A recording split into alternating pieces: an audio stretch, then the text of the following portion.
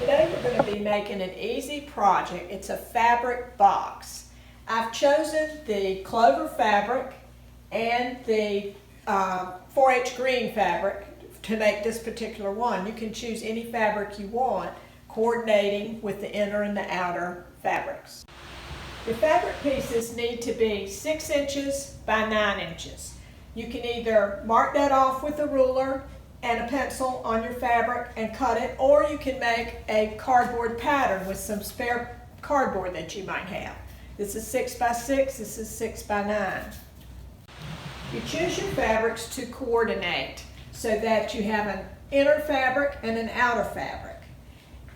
This green fabric does not have a right or a wrong side, so it doesn't matter how you sew it together. The outer fabric that I've chosen has a wrong side and a right side, so you have to pay attention to the wrong and right sides of your fabric.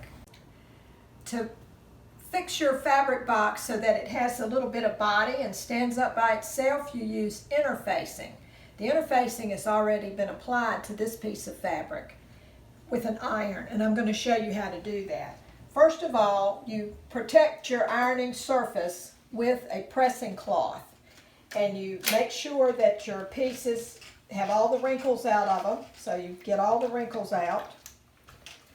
And interfacing comes in different weights depending on how stiff you want the fabric finished product to be. Interfacing also has a right side and a wrong side. You only iron on the smooth side. It has a side with little fabric bubbles that are like glue, and when the heat of the iron presses against them, it adheres it to the fabric so that it doesn't come off, it will stay. And then we're going to place this right in the center of our fabric. And it doesn't matter with this green about a wrong or side of the fabric, but if you have a fabric that has a right or wrong side, you attach your interfacing to the wrong side of the fabric. Now you bring your cloth up, make sure your iron is on the hot setting with steam, and you don't go back and forth, you just put it on and let it sit for 10 seconds. Now we're ready to work with our sides of the box for the inside. We've attached the interfacing to all 4 of our long pieces and to the bottom of the box, the square piece. So we're ready to begin sewing. When you're sewing these seams, they need to be 1/4 of an inch, which is 2/8. So if your machine has marks, you can use that, or you can put a piece of tape where you've measured 1/4 of an inch from where the seam is going to be, where it's going to sew. So if you keep your fabric right up next to this red line, you're going to be able to have 1/4 of an inch seam. And we'll just put a pin halfway down, and you hold the top 2 pieces together. Now this is right sides together on the long side of the rectangle. This is making the inner box. Okay, so we see how we've got the seam, the fabric lined up against the red tape, and we make the needle go down first, then we put the presser foot down, and then we're going to hold our threads here so that it doesn't bunch up while it starts to sew. Hold that with one finger, keep your fingers out of the way of the needle, and just sew just a couple stitches, like 2 or 3, and then back stitch. That locks the thread so that it doesn't come undone. Then you can begin to sew in a straight line all the way down to keep a straight seam. Don't ever sew over the pins because it'll damage your machine, and it might break your needle while you're sewing. And as we get to the end,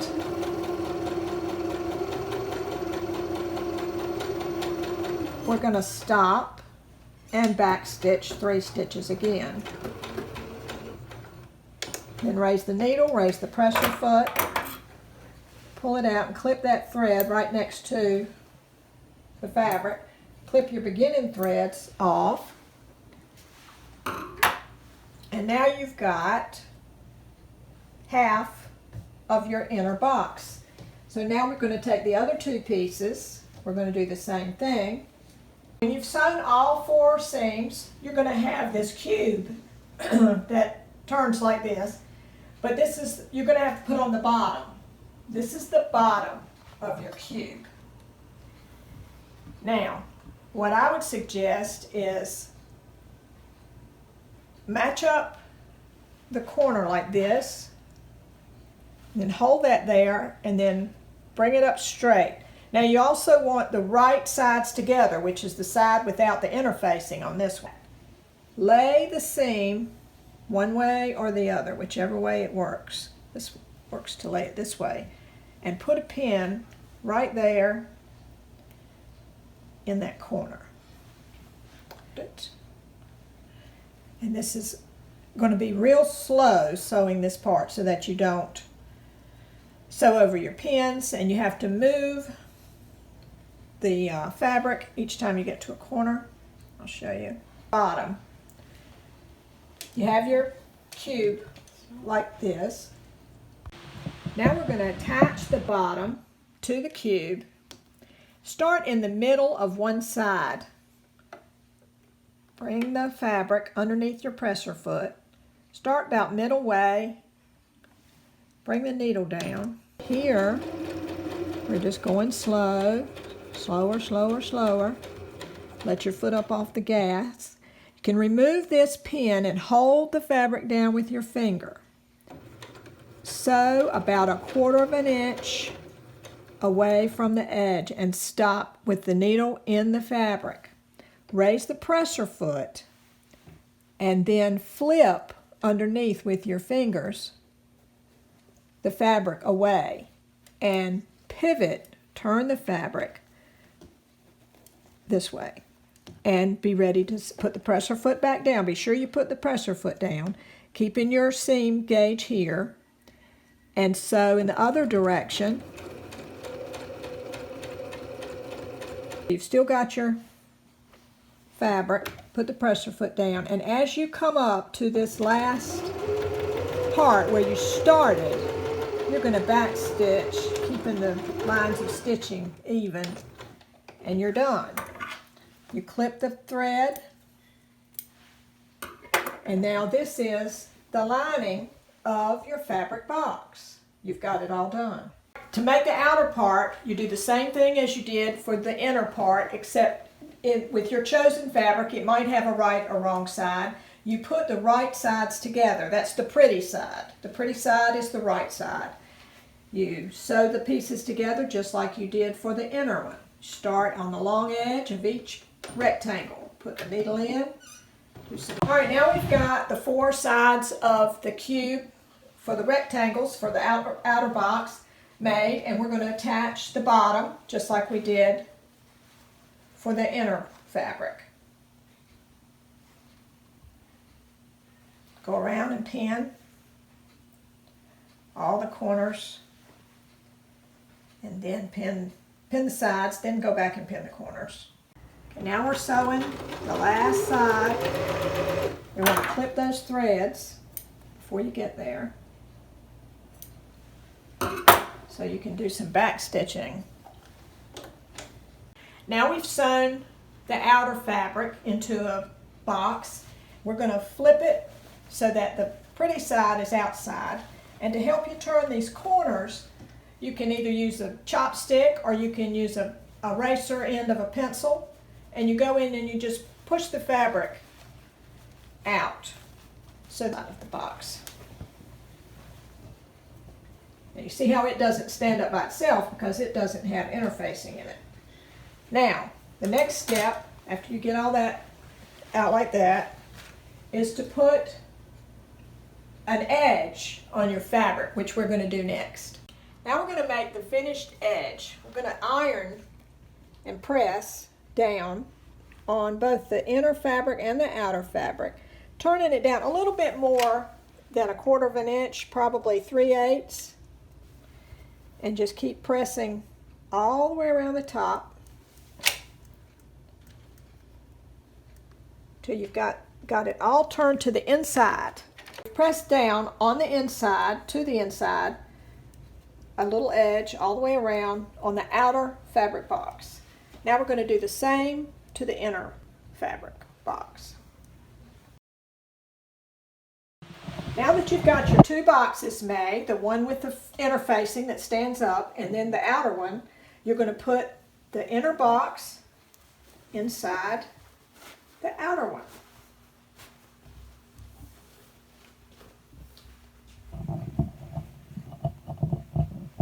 And we're going to do some pinning now. Have our fabric pinned so that we can sew around the top edge.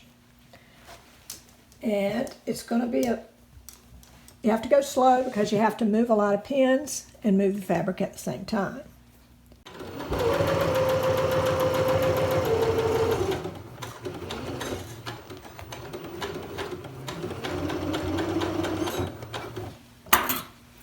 We're going to clip these starting threads.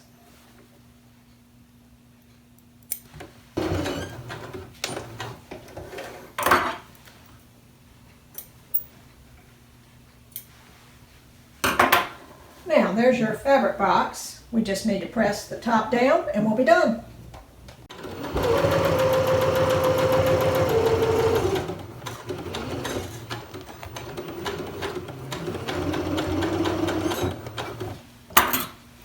We're going to clip these starting threads.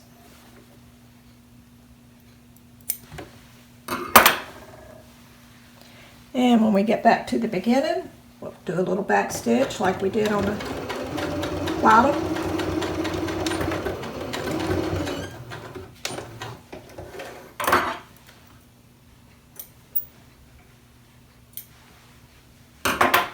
Now there's your fabric box. We just need to press the top down and we'll be done.